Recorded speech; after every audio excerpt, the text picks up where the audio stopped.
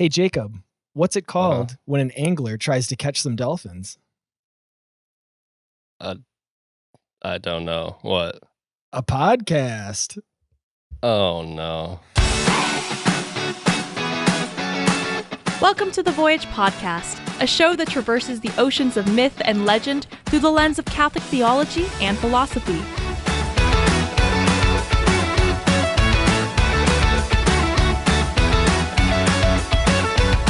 Come aboard as we set sail in pursuit of the heroic life and Christian virtue, with your hosts, Mike Schramm and Jacob Platty. Okay.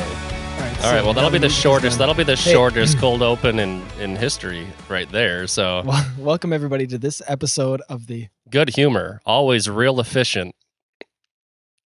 Welcome everybody to this episode of the Voyage podcast. I'm your host Mike, and today, I'm Jacob, right? Well-crafted joke. Oh, I guess so.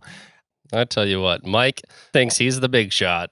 He doesn't even let me introduce myself. He's just steamrolling me. What am I? Chopped liver, Mike? I am half of this podcast. You just look like it, that's all.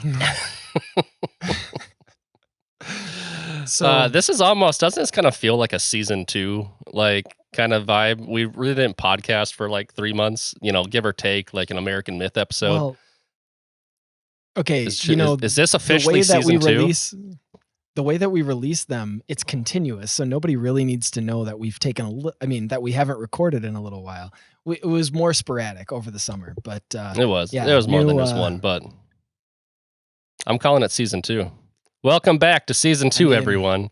Season 2 of the Voyage podcast. Thank you for confusing everybody right off the bat. So, because the topic is, the cosmic comic. I wanted to go through. Can I just point out before we really get into this conversation that normally, all right. So I'm not in the habit of reading the outlines, right? In case people didn't watch season 1. The reality is I can at least figure out what the subject matter is, even if I don't read the outline, just from like the title. In this case, though, I have no idea, because I have no idea what Cosmic Comic is going to be at all. And I thought, well, maybe that's a good reason for me to check out the outline. But then I said to myself, why spoil it for me? I think you not reading the outline is a canon event, I think, is what the kids are saying these days. Yeah, well, it's definitely on brand. So, okay. So what was your question? Now that I got that out of the way, let's find out what this episode's going to be. What were some of your, or I guess are, if they're more recent ones, but some of your favorite comedies? Comedies? Growing up, watching movies, or I don't know if I guess it could be TV how shows. many of them are going to be appropriate for a Christian podcast. I have to think about that.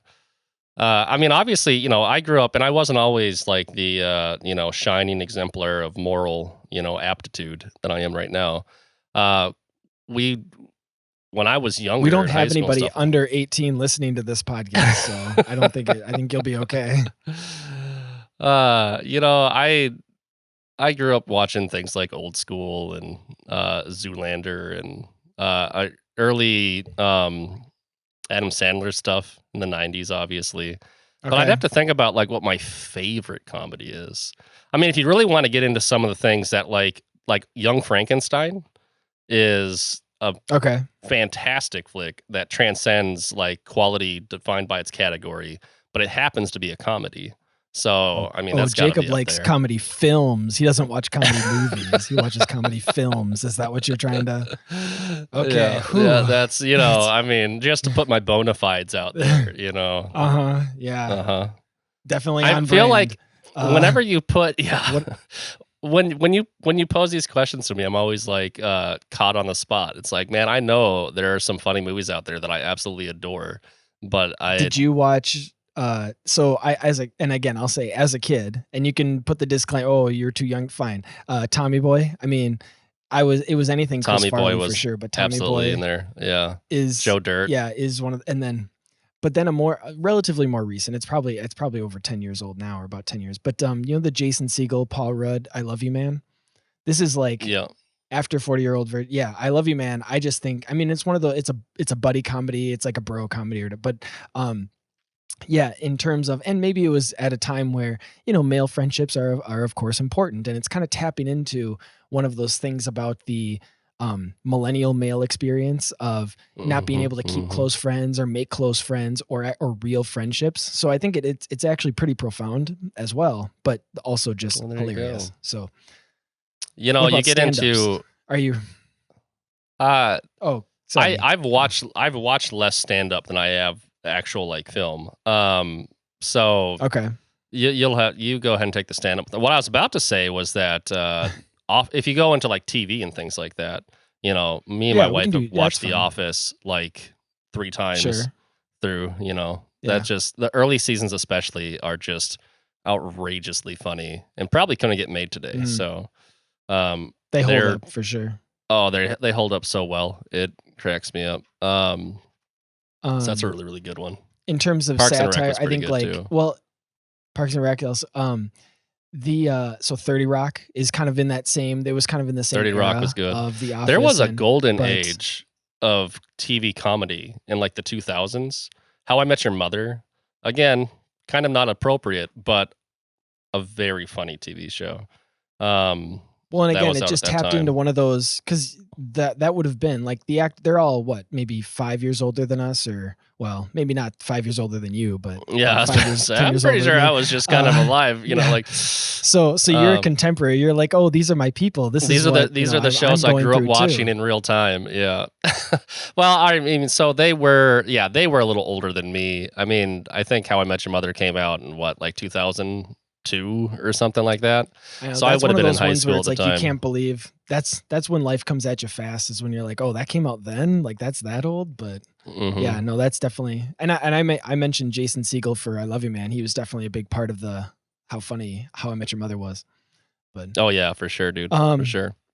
So I can remember, I mean, listening over and over, and I don't know if I had to choose like between stand-up comics or, comedy movies. I don't think it has to be a choice between the two, but I definitely listened to, as a kid, Rodney Dangerfield. My dad had a cassette tape of Rodney Dangerfield that I would listen to over and over. Dude, when you said stand-up comics, I didn't think you were going to pull out Rodney Dangerfield. Well, I'm going all the way back. I'll go up to the more, contemporary ones. That's a deep cut. Actually, the ones I remember the most, What's in a Name and No Respect, of course, are the two Rodney Dangerfield ones. But then my uncle, for it was either birthday or Christmas, got me it was a Jerry Seinfeld stand-up. And I think it's I'm Telling You for the Last Time. I don't know, how, but yeah, those ones. I've listened to those ones multiple times as well. More recently, so are you familiar with like any more recent one? I mean, John Mulaney. Well, yeah, no, I mean, I've watched John Mulaney's really funny. Popular. He's super funny. Yeah. I have seen, I don't remember which one it was, but I've seen his stand-up special. It's kind of fun that he brings Catholic stuff into it, which is kind of cute. Oh yeah, we love that. So you know what though? He's not like, unless I've missed some jokes that get like real below the belt. He's surprisingly, I thought that like his humor felt like it was coming from a place of love and not from like a place of like, I hate the Catholic Church. I don't know. So I think it's maybe a little more ambiguous than that. One where I would say it veers more towards the positive of what you're describing. Another example is actually Jim Gaffigan, who has been public about his, he's stupid funny. And yeah, and he's one who again has talked about his Catholic upbringing, talks about his he's still like, he and his wife are practicing Catholics. And so he's one where you get that sense of, it's more like I've kind of compared it to it's one thing when family members make fun of each other. It's different when somebody outside the family makes fun of the family members. Then they all kind of band together and they're going to defend themselves. You know what I'm saying?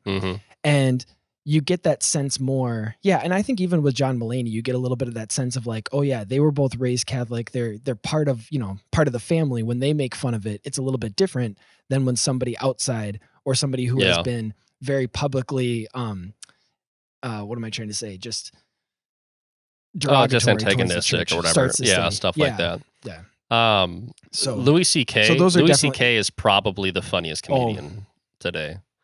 Louis C.K. is Ooh, hilarious. I going mean, out on a again, limb here. kind of inappropriate, right? But Kind of. he is, Yeah. he's probably not for the kids, or maybe even for someone who's he's actually doesn't another want one who to. was raised Catholic Pretty too, vulgar. and kind of grapples with that. By the way, I don't know if you. Yeah, so he was comes raised across Catholic and as kind of grapples with that. Yeah. Obviously Chappelle stuff. I've watched a few of the Chappelle episodes. Pretty good.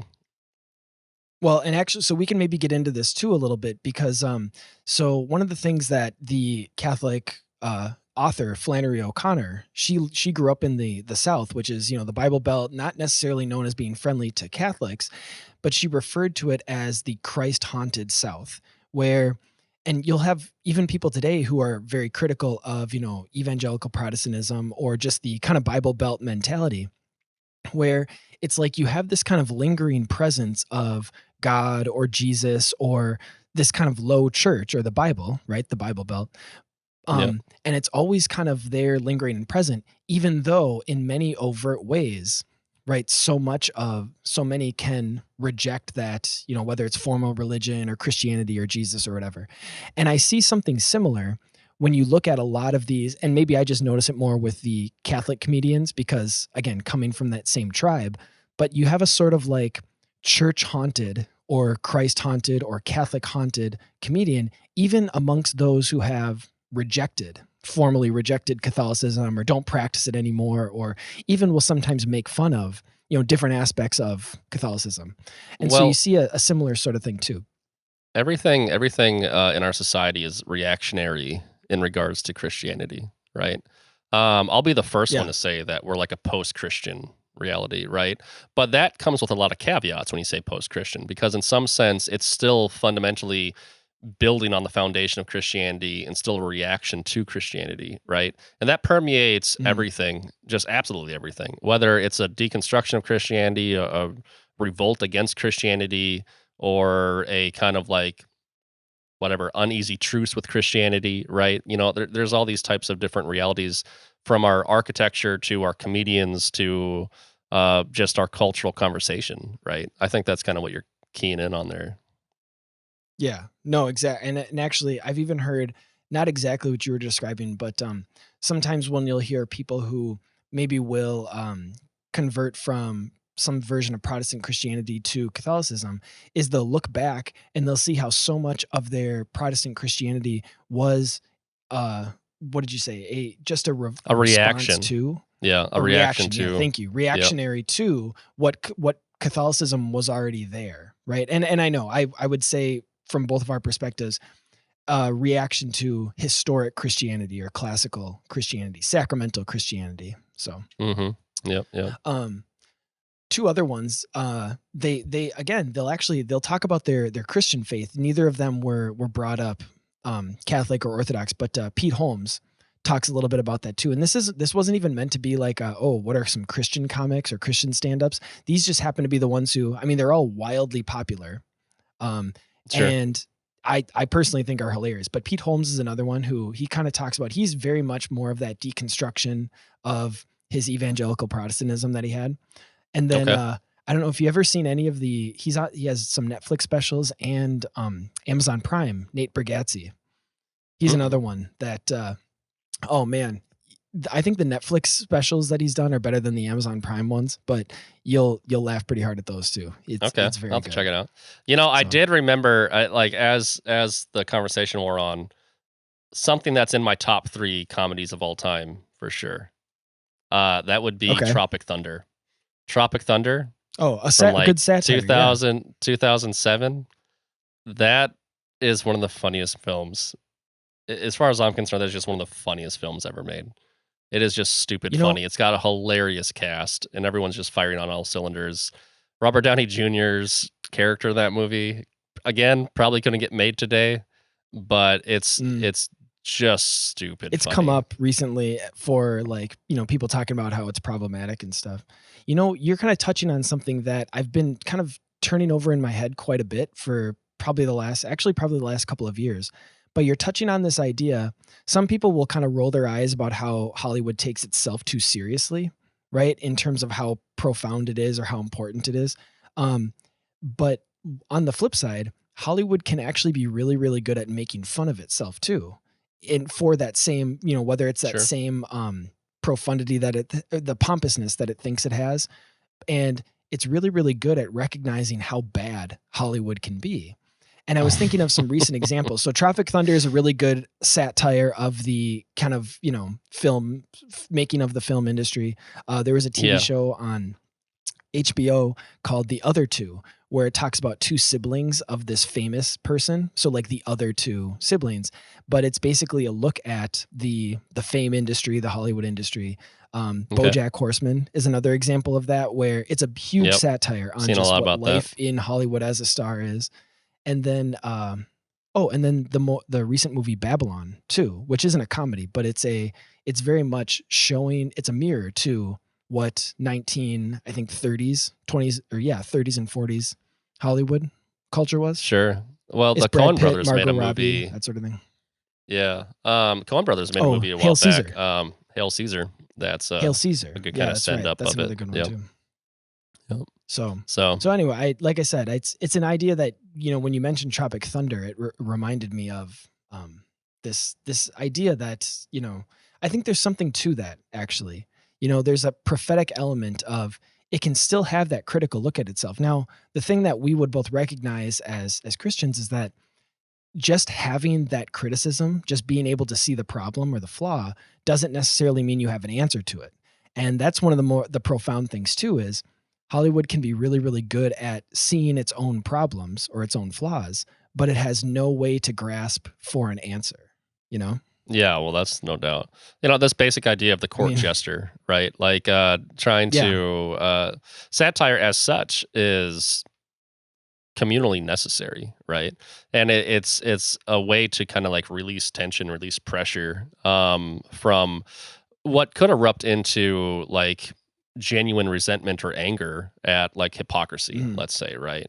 Or injustice or whatever. But if we can laugh at it, and I think if you listen to any comedian talk about like why they're into comedy and they start to like wax philosophical about it, it's going to be that kind of sense of we provide a service. We provide a almost spiritual service. To just the nature of like human society. I mean, like human society needs, this goes back to some of our mimetic conversation, right? Like if you're not laughing, you're crying is a phrase. Well, maybe if you're not laughing, you're sacrificing scapegoats. So laughing is a way to kind of like. Or does the jester become the appropriate scapegoat or the non-violent scapegoat too? Well, it's kind of like a way of publicly calling something out without it getting violent, let's say, right? So I do think that eventually the comedy can only like save you so much, like society anyway. And you still end up with these like kind of cultural revolutions and whatnot. But in the meantime, it's oftentimes that comedians that are performing that prophetic role, right? We talk a lot about this kind of prophetic type calling out society angle, to prophets. But they do it in a way, they do it with humor. They do it with a way that allows people to kind of, in the best case, kind of laugh at it, laugh at themselves, laugh along with things, and kind of, decompress a little bit, right? So it's an incredibly important social function for sure. Well, and one of the things that we will kind of get into, and this we're not to jump ahead too much, but in that spirituality of laughter is we're going to talk about the necessary imbalance that has to be there when it comes to like whether it's making a joke, recognizing a joke, or in your case, being able to point out the satirical element. Is there has to be some sort of imbalance, and there's actually, like I said, there's a spirituality to that. So before that though, how far back do you think this like theory of comedy or theory of I guess laughter or whatever, how far back do you think that goes, Jacob? I mean, it goes forever? Pretty far. I mean, so from the beginning, are we going to find a joke in the Genesis account? Like, where are we going with this? No, well, I didn't mean anything like that. So it's not. Remember that time that Cain pranked Abel? It was pretty good, Took it a little too Yeah, far. if only but... there were. If only there could have been a pun about this rocks or something. But so right after Plato, it doesn't all go back to Plato, but Aristotle has in his Poetics something about comedy. Comedy aims at representing men as worse than in actual life, and so there you have this. And that did you say that Plato said that? No, I said Aristotle. I said it doesn't all go back to Plato. I was joking because that's a little callback to season 1. It's all Plato. But that's funny because you look at people like Homer Simpson, right? Or even why am I blanking on Steve Carell's character in The Office? Michael Scott. Well, anyway, Michael Scott. Yeah, how could I forget Michael that? Scott? Yeah. You know, like, yeah. It's especially true nowadays buffoon, that men, you get a lot of comedy out of buffoonish men, right? And I suppose that's always been true. I suppose there's always been examples of it anyway. Well, and it speaks to something, I get, you could call it imbalance, or you could see this like lack of incongruity between what is supposed to be and what actually is. And this kind of goes back to your satire thing, where it's like only the jester can point out how ridiculous how things are, how far away they are from how they should be, right? Or how the action of the king or the kingdom or whatever. And so it's like that really kind of goes back to, when it says men as worse than in actual life, you see that imbalance, you see that incongruity. And you can look at so many jokes, right? Why is it called a punchline? Is because you weren't expecting it. It's because you were expecting it to end a certain way and it came off something different, right? And that's what makes it, that's why when you've heard a joke over and over, it's not funny anymore, because there's not that sense of it's not unexpected, right? Well, absolutely. I actually tried to explain this to my kids once and they didn't believe me, but I was like, and I think that you did a pretty eloquent job of stating out the thesis here. But I was like, yeah, humor basically comes from surprise. Like when something surprises you, you get joy out of the unexpectedness of it. And that results in this unintended guttural sound that you make, right? Like no one ever sits there and thinks about how weird laughing is as such, but as this weird kind of like loud hiccup we make, that like is a result of being surprised, right? And so that type of that, but when you think about that, when you think about the fact that laughter is the combination of like joy and surprise, right? You're kind of getting into this kind of like spiritual awe territory, right? Yeah. Like exactly. there is something. No, that's No, go for it. Yeah. Is so that where the outline was going, Mike? Am I yeah, there's always a plan. Okay. Mike's providence over here. The folks. the first thing you have to recognize is that it's rational. It's utterly rational to be able to see something as funny, because like you said, you first have to have that sense of expectation. Now, in order to have that sense of expectation, you have to be able to like either recognize this is how things usually are, and then to see into the future, see into the abstract and say, this is how it's going to end up again. But then, like you said, recognize when it doesn't. And this is happening, how fast does it take you to hear a punchline and laugh? It's instantaneous. So you have to be able to do that immediately, right? That's why, why puns are so funny, is because we know how the word is normally used, and you already have to have that knowledge stored in your head. And then you have to figure out, and it sometimes happens immediately, how it's being used differently. And so it's an eminently rational action to get a joke, to laugh. And so it goes with our humanity. But we talk about rationality when it comes to, like you said, it's the to have that surprise. It's the beginning of wonder. And guess who said philosophy is the beginning of wonder, Jacob? You're never going to believe it. Plato? It was Plato. Yeah. It's all goes. It's Plato all the way down. Yeah, baby. I bet you there's, one day, because probably not today, but one day there'll be a bunch of stand-up comics listening to this podcast, and they're all gonna pick up their pitchforks and come for us because we're sitting here like academically deconstructing what laughter is. Yeah, right. Nothing's funnier it's than been done before. I know. And you think it came for Aristotle? Probably. So a more recent example, and I actually so Henri Bergson, have you ever heard of him? He's a philosopher from I guess it'd be the 1940s and 50s. So he wrote and it's not a huge book. I think it's not even 100 pages, but it's called Laughter, an Essay on the Meaning of the Comic. And so he was somebody too, and I think he was a now I'm kind of blanking, unfortunately. I think he was an existentialist philosopher. He was born and raised in the what Jewish time faith. did he live in? I'll tell you if he's existentialist or not. Well, it was, like I said, I know it was around the 1940s and 50s because he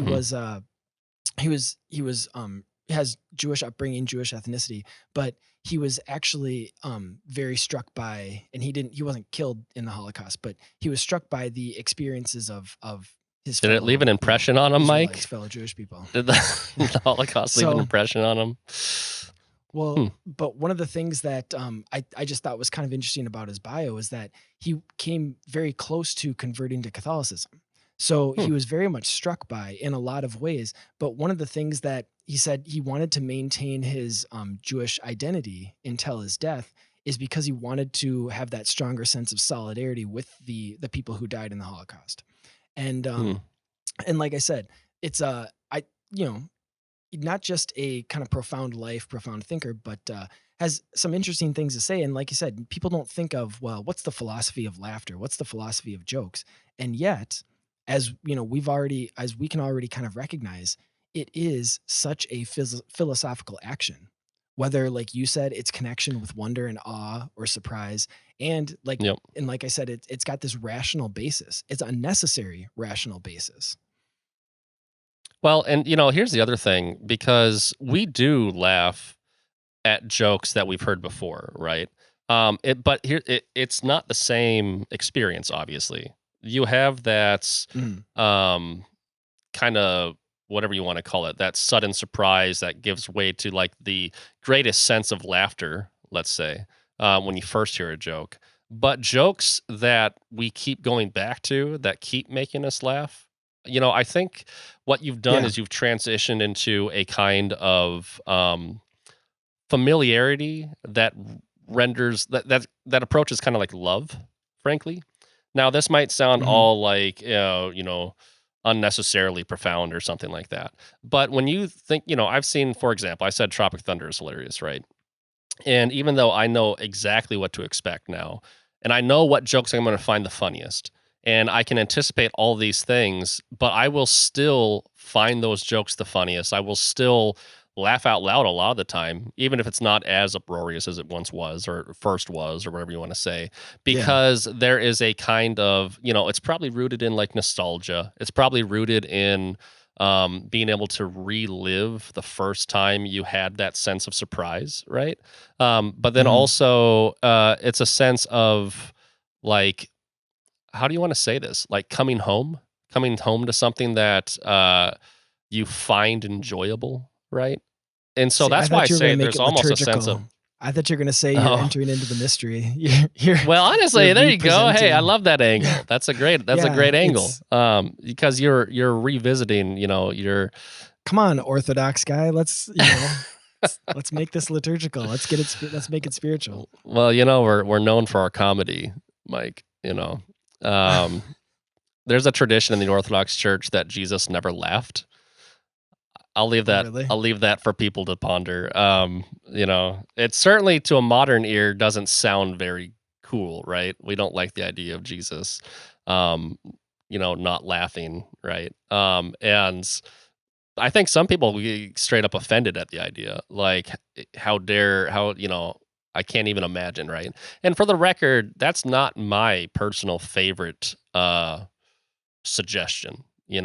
I'm very much a happy warrior kind of guy, and I do think laughter is good. But I'm never going to just like straight up dismiss too. But there's you're right, and I think that's we're almost offended that like how can someone be fully human and like not laugh, right?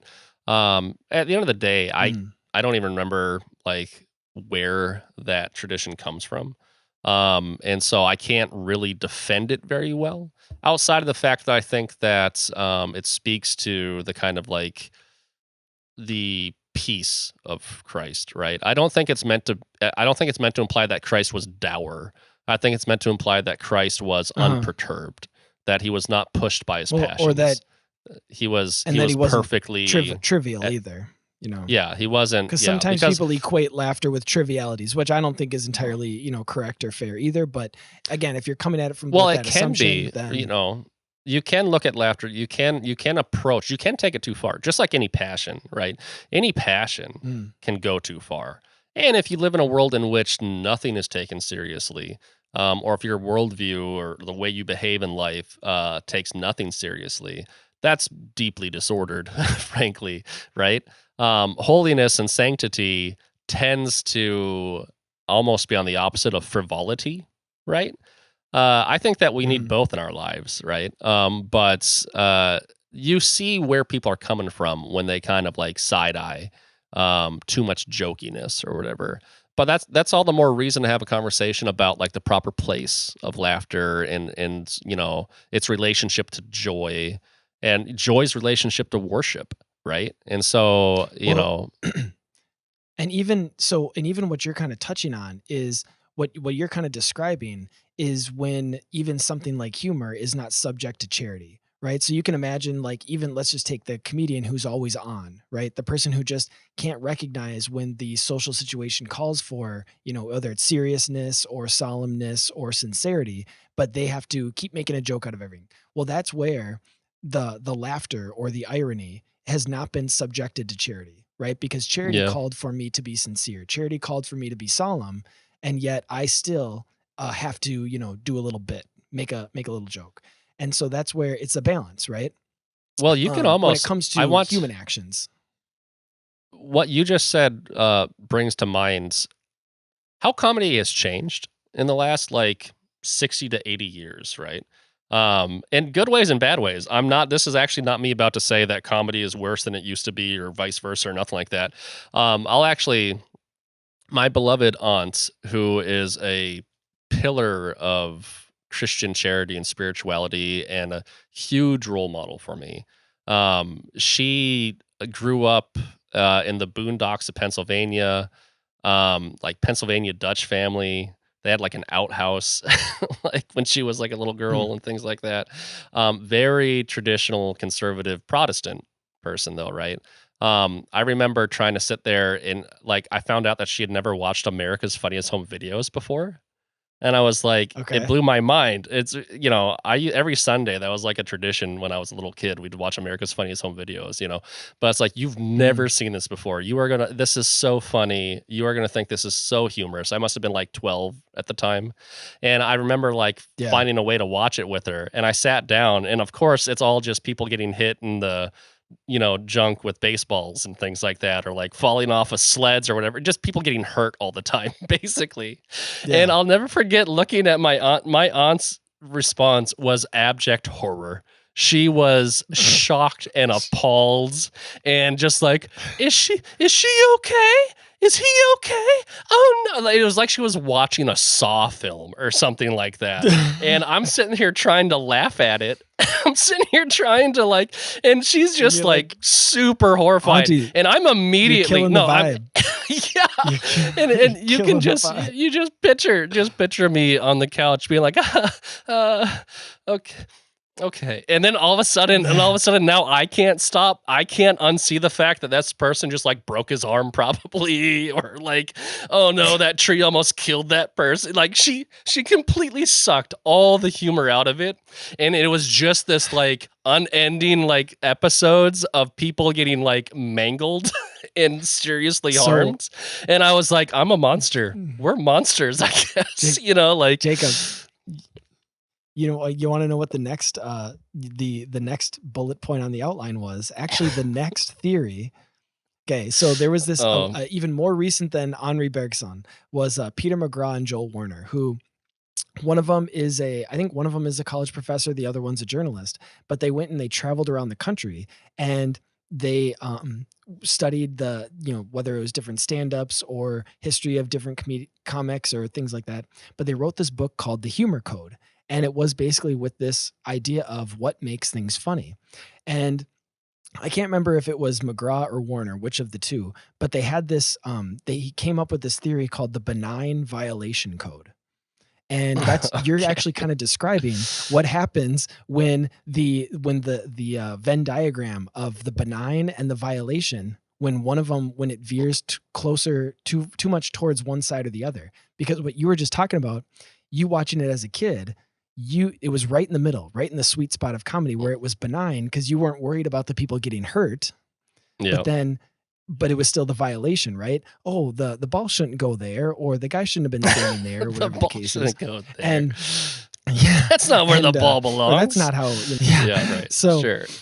but what you were just talking about is how for this other person, it strayed too far to the violation. And when you started seeing it through her eyes, you only saw it in terms of violation and not it wasn't benign enough anymore. And so you were horrified, or at least she was horrified. And so that's exactly like you kind of just illustrated, right? Two different people, two different places on the benign violation, you could say, spectrum. And well, we definitely turned off the episode, and I don't think my aunt ever quite looked at me the same way. Yeah. If this is what he thinks is funny, what do I know? Oh man. Honestly, that boy ain't right. What's wrong with the kids these days? But here's the thing. No, the reason why I even brought it up, and then we'll get back to the benign, whatever you called it, code. But like, what I was saying is humor has changed across time, and it's not a good or bad thing per se, because if you look at like humor from back in the 30s and 40s and things like that, if you're looking at like the Three Stooges, for example, that's all just, and this is where America's Funniest Home Videos, my whole anecdote came, it's all slapstick, and slapstick just means violent. Yeah. Right. And then you start getting into like Looney Tunes. I grew up watching. It's all anvils on heads and, Wile E. Coyote being blown up and things like that. Right. Or, Elmer Fudd getting shot in the face with a shotgun. These are all. There again is like. It's the same thing you were just talking about. Violation? Sure. The violence or the violation in Three Stooges. Somebody gets poked in the eye. Somebody gets hit. It's not like their brain comes out, but they get hit in the head with a 2x4 it's all accidental. And it's kind of safe, right? Because no one actually gets hurt, But it's also accidental, which speaks to it's not how things are supposed to go, right? That's not how a piano is supposed to be moved into an apartment and then same thing with Looney Tunes is, where's the benign part? The benign is because it's all animated, right? You can't have a real person get blown up, but you can have a cartoon get blown up. That's where the benign comes in. Unless you're watching Who Framed Roger Rabbit. Classic. Go check it out. Yeah. But that's a fun movie. We should do an episode on that sometime. And this, so you actually kind of touched when you mentioned, it was like she was watching one of the Saw films, and it reminded me of, there's actually this kind of thing there's a strain in the horror genre where they try to make horror movies funny. Oh, dude, you're telling me.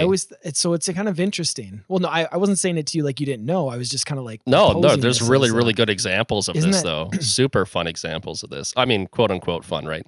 Take this with a grain of salt, venture at your own risk kind of thing into some of these things. But there's, so Reanimator is a comedic film that's pretty inappropriate. But Evil Dead 2 is also Evil Dead 2 is a remake of Evil Dead 1 that was a serious horror movie, but it was very low budget. But it was, just buckets of like fake blood and just, it was over the top. And what the director noticed was that people were actually getting kind of like thrills and chuckles out of the overtop nature of the first one. So he makes Evil Dead 2, which is just a remake. He calls it Evil Dead 2, but it's the exact same story as Evil Dead 1, but just he leans into the audience reactions from the first one, and he turns it into much more of a comedy. For all of it. Yeah, it's very over the top. It's very extreme, and if that's Sam Raimi, people love that stuff. The guy who made the Sam Spider-Man. Exactly. Yeah, the Spider-Man, the Tobey Maguire trilogy.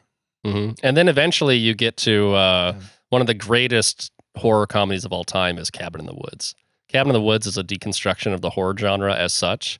And I will give away like no spoilers for this movie if anyone's inclined to go watch it. It is incredibly enjoyable depending upon how much you enjoy horror movies and things like that. But it's very clever. Very that was clever the guy who humor. did Buffy, right? Yeah, Joss Whedon was the person that right? helped create that one for sure. Yeah. It was him and David something. I don't know. Look it up. I want to give credit where credit's due because it was Joss Whedon helped, I believe. I think he co-wrote it, but it was more the baby of the other guy, so he should get credit for it. But like, stupid funny movie. Well, even and I know we've talked a little bit about deconstruction. Actually, not as much as I thought we would have. Well, that's where all the humor is now. Episodes have come out yet. Yeah, that's where I was going to go. Like, humor has changed. So it used to be much more of a slapstick-based humor, right? Or at least that's the stuff that I'm most familiar with because I grew up watching Looney Tunes and whatever. But like, I'll go to a different example. I used to have Nick at Night growing up, right? Where they would play all the old TV sitcoms back in the day. And if you watch something like the Dick Van Dyke Show, and I've done this in adulthood, it's like, you know what, I'm going to go back and like just like watch some Dick Van Dyke Show and just see what it's like. And it's funny. It's legitimately funny. Go watch it. Like, they find really, really humorous, good comedic things that transcends. And this is what's most striking about it to me, is it's not like, some of it can be slapstick, right? You know, he like tumbles over the ottoman, right, in the opening credits kind of thing. But for the most part, it's just human. It's just finding the comedy in miscommunication between spouses, or that's the thing, stuff is like it's a that, marriage right? comedy. So it's like that'll always be marriage and family comedy. It will always be around, and it'll always kind of be working at the relevant, too. office, dealing with the boss, all that type of stuff, right? It's genuinely funny. Yeah. I feel like nowadays the only comedy in the buffet line is all almost universally deconstructive. It's like, it started basically with South Park, you want to say, right? Even early Simpsons episodes. So Simpsons has been around for 30 years plus, I think. And you can watch early Simpsons, and they're much more like Dick Van Dyke. They're much more about just like finding the humor in like the mundanities of life kind of thing. And, across time. And hey, I'll give them a break. It's been 30 years. How many shows about mundanity can you make? So it's far more deconstructive now. Simpsons has evolved into it's been influenced by things like Family Guy and American Dad and South Park and things like that, I think. I would probably argue that Simpsons probably did it before those, because that's when, like, I think when Conan O'Brien started coming in, during what some call the golden years of The Simpsons in the like mid 90s. I think that's when it starts to kind of go in that direction too. I mean, and not just because they're doing like parodies of famous movies or, or parodies of, but that is kind of where you start to see it. I mean, even like the Treehouse of Horror episodes, those are all just like sort of like retellings or, deconstructions sometimes of whether the horror genre or some sort of like, well, it's usually horror because it's Treehouse of Horror, but so I think you start to see it, Well, a lot of regular episodes, a lot of regular episodes of Simpsons are also, loose parodies of other like plot lines. Right? I can't give you a good example is per when se, they but do the Lord of the Flies one. Did you ever see that one? They're going to a Model UN trip and they get stranded on an island. There's a Lord of the Flies. I don't know if I remember that top of my head. That's a funny. Really good one. I know there's a Sideshow Bob episode that's a send up of Cape Fear. Cape Fear. Yeah, that's a classic one. Some of these, this idea, where would you put something? Because these are movies that have come to mind now, or some of my favorite comedies of all time, would be the, what were their names? They did like Airplane. The original Airplane especially. That stupid humor that is just dumb, is endlessly entertaining. And I don't know if it's just me. It's obviously not, because those things are classics and people love them. But the Police Squad movies, Leslie Nielsen is a comedic. Police Academy is its own there's thing. Police Academy, and then there's Naked Gun. Naked Gun, from the Files of Police Squad. Naked Gun. Yeah, that's what I meant. Yeah, it's Naked Gun. You're right. Those movies are stupid funny too. Hot Shots, and Hot Shots Part 2. That's where I actually got the Part 2 for the Prophecy episode, Part 2 episode. And that's Part 2. And that's actually, because I mean, that's just kind of making fun of Top Gun. So it's like, the first one is. The second one's making fun of Rambo. Yeah. And they're both funny. Yeah. Go check them out sometime, folks. But like, again, that's the inversion of what's normal kind of thing, or the unexpected. That's what they're. No, it's. But they're perfect examples for me of both types of humor. The novelty of when you first see it, but then the Mhm. nostalgia of revisiting it, right? And, seeing Leslie Nielsen say, and don't call me Shirley, like, I'll never not laugh at that in context of the Well, movie. It's and that's just a pun. So that's yeah, that's you know, puns are too always funny. fun. They is. It's So fun to pun. we haven't. I mean, we've gotten a little bit into, like I said, the spirituality of it. We talked about how it's uniquely human. I mean, in a sense, um, even though I was talking about it more on the rational side, you could almost say that it's uniquely human because there's not that same level of imbalance in our rational creatures of the angels, right? And so you don't have that same capacity for humor in the same way that you would with humans, even though we're both That's very rational. And interesting. so it's, you know, I don't Hmm. know if I'd be willing to, I think I'd want to explore it even further before I spoke even more confidently on it. But I don't think there's that same, like I said, the capacity for imbalance, I don't think is quite the same or quite there. I'm not saying that every single angel is equal, because in one sense they're less equal than two humans are, right? In terms of nature. But like I said, that's kind of, I don't want to go beyond my depth, but No, that's an interesting, and it would be beyond my depth too. But one also gets the impression that like demons and things like that can be mischievous, right? And there's a certain kind of like uh, diabolic humor to some of the mischief that you might find in some kind of anecdotes about like demonism, things like that. At the end of the day, humor does belong to the passions, right? And these are the things that can become out of control. I think that if you look at the nature of deconstructive humor that's kind of dominated the entertainment industry in the last 20 to 30 years, what you're Mhm. seeing is something that's removed from the kind of wholesome humor of like Happy Days or something like that, right? And you're seeing something that has a little bit of malice in it, right? At its Yeah. best, it can come from a place of love. But oftentimes, especially the ones that are kind of firing on everybody, like, whatever, South Park or Family Guy or whatever, there's a little bit more of I just want to see it all burn, or I just want to make fun of everything because nothing matters. It's all relative and Mhm. who cares? Don't take yourself too seriously. It goes too far. It goes too far in Well, imbalance. s- so yeah, so I broke it into, there's a spirituality of laughter, but then there's a spirituality of satire, and you're kind of getting into, so like deconstruction, that's just like another version of satire. That's basically just satire, and you're kind of going into the I guess you'd say, the extreme of satire, the extreme of, because that's where, like you said, it's coming from this place of nihilism, not from a place of charity, right? The Hmm. hope for the jester, being speaking truth to power, which you'll hear comedians say or talk about, is so that the power can act out of justice, so that the power can be more just, that the king can recognize where the imbalance or injustice is happening, so that true justice can come forth. That's obviously Yeah. speaking from a place of virtue, right? That's when it's serving charity ultimately. Whereas, like you said, just wanting to watch it all burn because you don't care about anything or you hate everything. Well, that's coming from a different motivation, There's a even reason why though the it can look Joker similar on the is the surface. Joker in Batman. You Yeah. know, he dresses up like a clown because he is this kind of malicious intent. He is the court jester taken to a place of nihilism and inversion and things like that.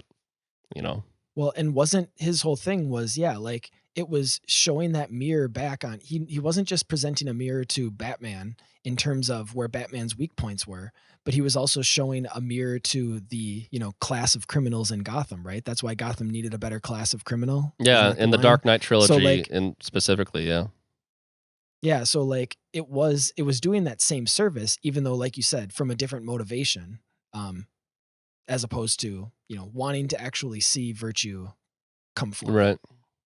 But I guess at the end of the day, we're probably going to gear the conversation back towards some of the more positive, um, spiritual aspects of kind of joy and laughter, right? I don't know. I haven't read the outline, Mike. I mean, I So guess. Yeah. No, I actually wanted to talk about, did you ever have to read since we have been kind of talking about satire, and I do have a, I'm a kind of a sucker for it, whether it comes to satirical elements in TV shows. I kind of mentioned some of those. 30 Rock is another good example of, Yeah. like I said, it's not Hollywood because it's technically in New York, but it's entertainment shining Yeah, it's that mirror very back on itself, yeah. showing how ridiculous it is. So the same Right. concept. But did you ever have to read A Modest Proposal in high school? Yeah, for sure. I did. Yeah. Where Yeah. the best way So to figure out the Irish famine problem, he has a novel yeah, solution, exactly. right? Yeah. If you And it's kind of haunting how often that work comes back to me when I'll hear certain, like, people talk about certain societal problems today, and it's like, oh, that's a very modest proposal, isn't it? But yeah, nobody gets right. it when I say that. Yeah, no, satire is fun for sure. But there again, that's another, that's a good example of, like, he was he he was doing it so that greater, charity ultimately could come forth, right? It was to show how ridiculous the presuppositions that people had about Irish people or about poor people, that hmm he's just saying, this is this is already what you are thinking. I'm just going to take it to its conclusion, to its logical conclusion. And Well, some that's an way important the thing for a prophet to do. Yeah, the go ahead. best way to and I do this all the time. The best way to try to like just get directly to the heart of a matter is to use an extreme version of it. And when you see the extreme version Argumentum of it, ad absurdum. Yeah. yeah, there you go. Fancy talk. Yeah. But That's what we Latins like to use. yeah, right. You make the absurd argument, and but then you say, all right, well, we both know that's absurd. We both know that's gross or crazy or untenable. That's just degrees away from this supposedly rational statement that you're making. All I'm doing is just You're showing you a already going bigger down that version. slippery slope. Yeah, it's the same logic that's behind this absurdity is behind your more modest proposal, right? And there, so sometimes you have to take it to these crazy places in order to show the truth of what's actually behind something that strikes a person as okay or not a big deal or something like that. My kids hate it when I do this. I'm always doing that. I'm always using these really outlandish examples related to like some kind of proposition they're making, and they'll be, oh, that's absurd. That's not what we're saying at all. It's like, it is what you're saying though. It's just, you're just saying like a more like kind of like nuanced way of it, It doesn't work on my kids. You want to stay out till midnight. Why not 12:01? Well, 12:01 is only a minute away from 12:02. Well, if 12:02, why not 12:03? And then you just go on and on until dawn, right? So. Yeah, I wish I could think of a good example off the top of my head, but I can't. It's more like, it's closer in spirit to, well, would you walk off a bridge if your friends asked you to kind of mentality? It's like, oh, you think that's okay, but would it be okay if it was like this? And they'd be like, but that's not what we're saying. It's like, yeah, but I'd have to give you a good example, and I can't do it. So you haven't trained them in the fallacies yet? That was the bandwagon. Yeah. Yeah. You haven't trained them in all the logical fallacies, I guess. Where's my Aristotle at? But all right. All right. What's next, Mike? You want me to keep going? Yeah, I think so. So, season 2, episode 1. So we've talked a little bit about the imbalance, and I still wanted to kind of go into when we recognize, we kind of see this when it comes to a spirituality. One of the common, you could almost say like cliches that people talk about is, well, the heart of spirituality is recognizing that God is God and we are not.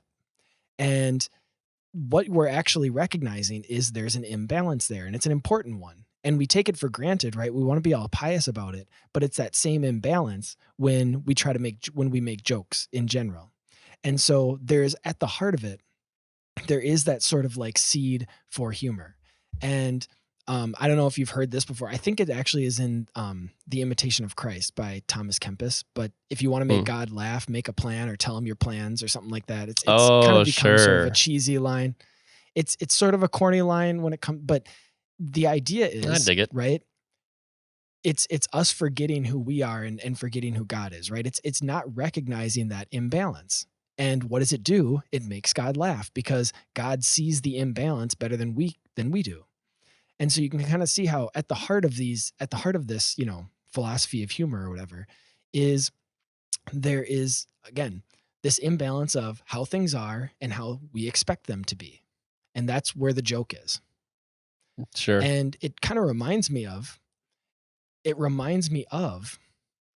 was, and again, I can't cite the specific example, but one of the things when Aristotle talks about contemplation and wisdom, and is it, and friendship, I think it's actually in Nicomachean Ethics, where he's talking about friendship and is this friendship possible with God? And Aristotle says, the balance there, it's too imbalanced. The distance is too far between creator and creature, where you could never have this friendship.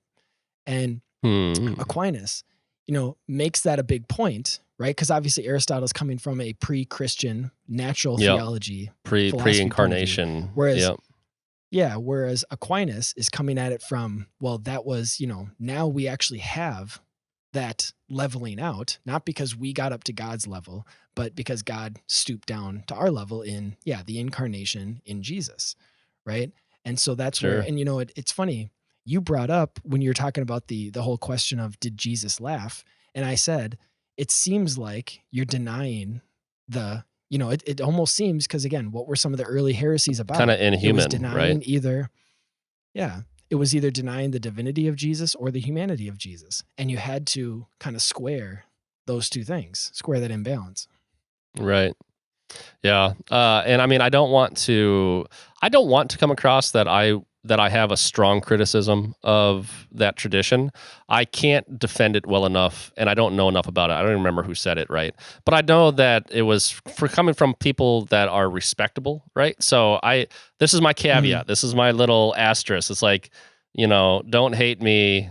I am not knocking venerable Christian saints. And you were just proposing it as it's just part of this conversation. Something that's out there, something that exists. Yeah, it's certainly something that needs to be understood, because it's hard to understand. And honestly, if anything, I was just pointing out the idea that laughter and that type of frivolous joy is such a part of our human condition that it's hard to imagine Jesus not participating in it, right? Even though some people might suggest that he didn't. So the juxtaposition itself proves the point of how powerful it is as a aspect of our lives, So, whether it's true or not, it requires examination to even understand, I would say, because, we like to laugh. So, well, and that's the thing is like, and as a person can listen to this and roll their eyes about, like you said, we've kind of deconstructed or over philosophized humor. But I think what it kind of points out is that there's more to, just like what we've tried to talk about when it comes to so much of, entertainment or storytelling or just culture in general, is that if you take this sacramental view of it, that there's more to it than what you see on the surface, then it actually enriches it. It enlivens it so much more. Yeah. Right. I don't not laugh at jokes just because because I've read the humor code, or I don't not laugh at jokes because I've read, Aristotle's Poetics. I sometimes I can laugh and think about them, obviously even more so. Yeah. Well, and I tell you what, that's why, I mean, this is where I yell at clouds and things like that. But I've kind of lost my sense of humor for things like Rick and Morty, for example. Rick and Morty's been going on for long enough now that I used to laugh at it a lot. And I haven't actually watched the last couple seasons, so I don't know. But like a lot of the kind of deconstructive humor that I grew up on, honestly, just grew up on it. I grew up watching Family Guy and American Dad and all that stuff. Like, it just doesn't make me laugh the way it used to, because too often, I guess I'm kind of like my Aunt May watching America's Funniest Home Videos. And what was that phrase, that fancy phrase you used, where like the benign, the benign violation. So it's the benign violation. Yeah. I have officially, it's not as benign as it used to be. Yeah. It's like I can't help but notice how like it's basically kind of nihilistic and malicious, you know, and it just kind of takes the fun out of it for me, right? So you know, if it's whatever, I feel like Well, an old guess man what? just saying that, but like, Guess what our you next know. 2 recordings are going to be? We're going to do The Boys, and then we're doing Rick and Morty just for you. Oh So, no. yeah. Well, and if you guys, I Oh, mean, great. so The obviously joke's we like on to do me, specific Mike. examples. The joke's Oh, on very me. good. And don't call me Shirley. And if you guys want to hear, you know, me make fun of Jacob, well, I guess you'll have to come meet us separately. But if you want to hear more on the air making fun of Jacob, don't forget to like and subscribe to the show. You know, keep listening, share it with your friends, leave a positive 5-star review, 5-star rating, and yeah, we look forward to talking with you guys again. Thanks. You got a joke for us, Jacob? I almost said you got a Jake for us, Jacob. A Jake There's a for us, Jacob. No. Thanks for listening to Voyage Podcast. The Voyage Podcast is a production of Voyage Comics and Publishing, which seeks to create exceptional entertainment informed by Catholic values that inspire people to live a heroic life. Voyage Comics seeks to advance truth and beauty found in powerful stories. To learn more, visit voyagecomics.com. You can also follow us on Facebook, Twitter, and Instagram.